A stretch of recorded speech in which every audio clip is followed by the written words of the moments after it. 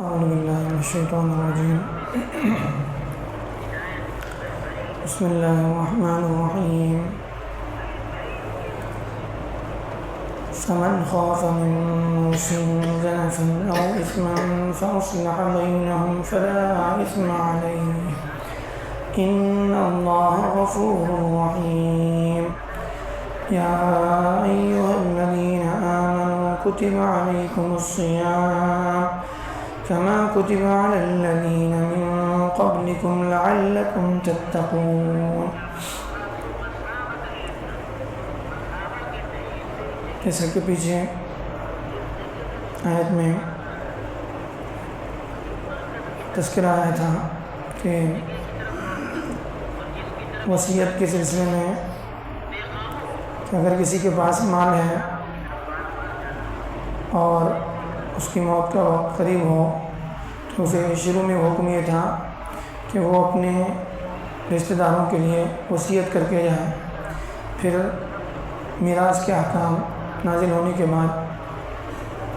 یہ حکم جو ہے اس کی فرضیت ختم ہو گئی۔ پھر بھی جو ہے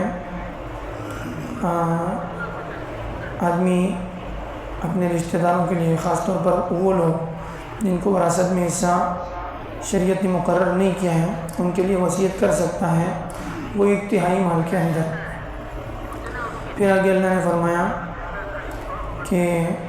اگر کوئی وصیت کے سلسلے میں کوئی تبدیلی کرتا ہے اپنی طرف سے تو وہ گنہگار ہوگا، اور پھر اللہ تعالیٰ ہر چیز سے واقف ہے، جاننے والا ہے۔ آگے ایک اور اسی سے جو ہے متعلق ایک آیت، اس میں اللہ نے فرمایا کہ جسے اندیشہ ہو کہ وصیت کرنے والا وصیت کے سلسلے میں جو ہے کچھ زیادتی کر رہا ہے یا افراط تفریط سے کام لے رہا ہے، تو آدمی اصلاح کے لیے وہاں پر بتا سکتا ہے، اس کو سمجھا سکتا ہے کہ اگر کسی نے جس کے لیے وصیت کی جا رہی ہے اس سے زیادہ حقدار کوئی اور دوسرا ہے یا جس میں افراط تفریط ہو رہی ہے، تو پھر اس موقع پر جو ہے اس کو چاہیے کہ جو بھی وہاں پر موجود ہے اس کو سمجھانے کی کوشش کریں، اس کی صحیح رہنمائی کریں۔ تو اس میں کوئی گناہ نہیں ہے، یعنی یہ ایسا نہیں کہ مطلب آدمی جو ہے خواہ دخل دینا نہیں، بلکہ جو ہے اس موقع پر اس کو بتانا چاہیے، سمجھانا چاہیے۔ یہ جو ہے فلاں کے لیے وصیت کر رہا ہے، فلاں کو محروم کر رہا ہے، حالانکہ دونوں جو ہیں ایک ہی درجے کے لوگ ہیں، تو ایسے موقع پر جو ہے اس موقع پر اس کو سمجھانا چاہیے، اس کو بتانا چاہیے۔ بہرحال اللہ تعالیٰ جو ہے بڑا معاف کرنے والا، بڑا رحم کرنے والا ہے۔ یعنی اللہ تعالیٰ سب کچھ جانتا ہے، یعنی کون کس نیت سے کہہ رہا ہے، کس نیت سے بات ہو رہی ہے۔ تو بہرحال آدمی اچھی نیت سے اس موقع پر اگر کوئی جو ہے افراط تفریط ہو رہی ہے تو اس موقع پر سمجھائیں اور وصیت کرنے والے کی جو ہے صحیح رہبری کرنے کی کوشش کریں۔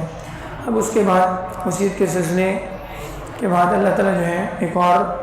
یعنی اسلامی بنیاد، جن 5 بنیادوں پر اسلام قائم ہے اس میں سے ایک بنیاد ہے روزہ۔ اس کے سلسلے میں جو ہے اللہ تعالیٰ فرماتے ہیں،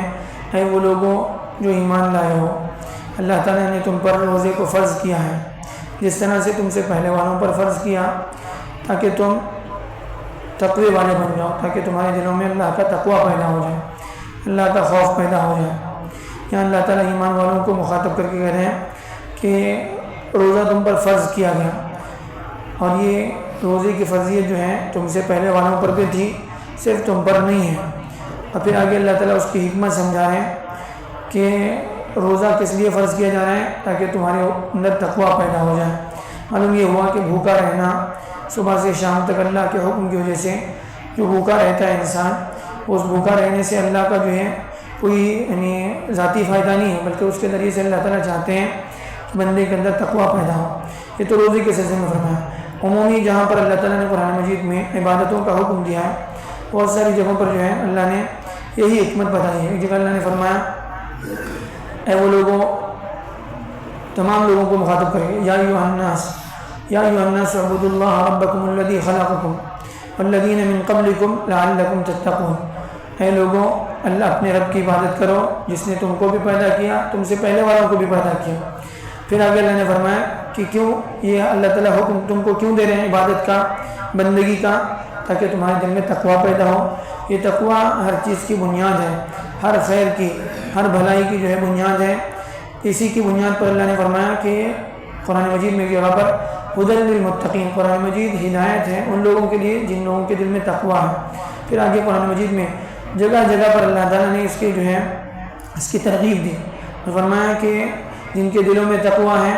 وَمَن يَتَّقِ اللَّهَ يَجْعَل لَّهُ مَخْرَجًا، جن کے دلوں میں تقویٰ ہے اللہ تعالیٰ ان کو جو ہے ہر مصیبت سے، ہر پریشانی سے اللہ تعالیٰ ان کے لیے راستے نکالتے ہیں۔ وَيَرْزُقْهُ مِنْ حَيْثُ لَا يَحْتَسِبُ، اور ایسی جگہ سے اللہ تعالیٰ ان کی روزی کا انتظام کرتے ہیں کہ جہاں سے ان کو وہم و گمان بھی نہیں ہوتا، یعنی تقوی کی بنیاد پر یہ سارے وعدے ہیں۔ پھر اگر اللہ نے ایک جگہ فرمایا کہ وَمَن يَتَّقِ اللَّهَ يَجْعَل لَّهُ مِنْ أَمْرِهِ يُسْرًا، کہ جو اللہ کے جس کے دل میں تقویٰ ہوتا ہے اللہ تعالیٰ اس کے کاموں کو آسان کر دیتے ہیں۔ وَمَن يَتَّقِ اللَّهَ يُكَفِّرْ عَنْهُ سَيِّئَاتِهِ، جو تقوی کی زندگی گزارتا ہے اللہ تعالیٰ اس کے گناہوں کو معاف کرتے ہیں، اللہ سے ڈرتے ہوئے بچتے ہوئے، اور وَيُعْظِمْ لَهُ أَجْرًا، اور اس کے اجر کو جو ہے اللہ تعالیٰ بہت بڑھاتے ہیں۔ تو یہ بہت بڑی صفت ہے، اور تقویٰ جو ہے وہ انسان کے اندر کی کیفیت کا نام ہے، اور پھر اس کی وجہ سے انسان جو ہے سارے خیر کی طرف آگے بڑھتا ہے، گناہوں سے بچتا ہے۔ تو یہ دن بھر جو بھوکا رہنے کا حکم ہے، انسان صبح سے شام تک صرف اللہ کے خوف کی وجہ سے ایک قطرہ پانی اپنے حلق سے نہیں اتارتا، اور جو ہے اپنی جائز خواہشات سے بھی رکتا ہے، حلال کمائی کے جو ہے کھانے سے بھی رکتا ہے۔ تو یہ ساری چیزوں سے اللہ تعالیٰ چاہتے ہی ہیں کہ بندوں کے دلوں میں تقویٰ پیدا ہو، اس کی بنیاد پر جو ہے وہ دنیا میں بھی اللہ کی جو ہے اللہ کی مدد، اللہ کی جو ہے اللہ کی طرف سے وعدے اس کے ساتھ پورے ہوں گے، اور پھر آخرت میں ہمیشہ ہمیشہ کی جنت اور جنت کی نعمتوں کا اللہ تعالیٰ نے فرمایا اعدت للمتقین، جنت کے بارے میں فرمایا جنت متقیوں کے لیے تیار کی گئی ہے۔ بہرحال سارے احکامات اللہ تعالیٰ کسی کے لیے ہیں، تو اس کے ذریعے سے بندہ اللہ سے جڑے، اللہ کا تعلق پیدا ہو، اور تقوی کی صفت اس کے اندر صحیح معنی میں پیدا ہو سکے۔ اللہ تعالیٰ جو ہے ان آیتوں سے صحیح سبق لینے والا بنائے۔